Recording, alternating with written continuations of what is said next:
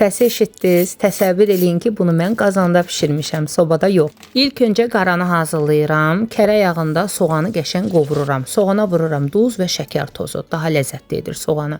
Daha sonra qaynamış dana etini əlavə edirəm.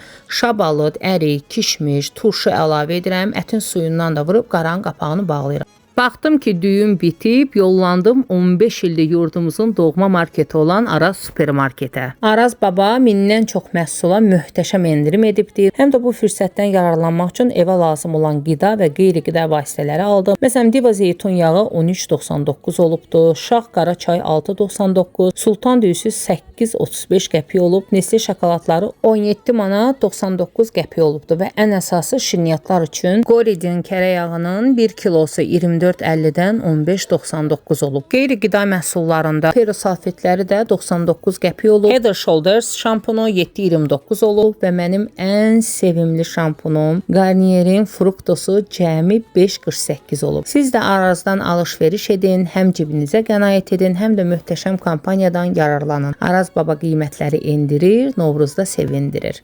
Evə gələr gəlməz. Düyümü süzdüm. Düyünü süzdükdən sonra yuxaları kərə yağına əlavə edib qazan boyuca yığdım. Daha sonra düyünü alt-qaltdan yığıram, üzərini qara, üzərini yenidən düyü, sarı kök və yağla bağlayıb qoyuram qazanda hardasa bir 40 dəqiqə bişməyə. 40 dəqiqədən sonra vamxodda bişirirəm. O biri üzünə çevirirəm qazanın qapağının köməyi ilə. Vəssalam. Səsi eşidirsiniz? Bəli, qazanda bişən şax plov möhtəşəm olur qızlar.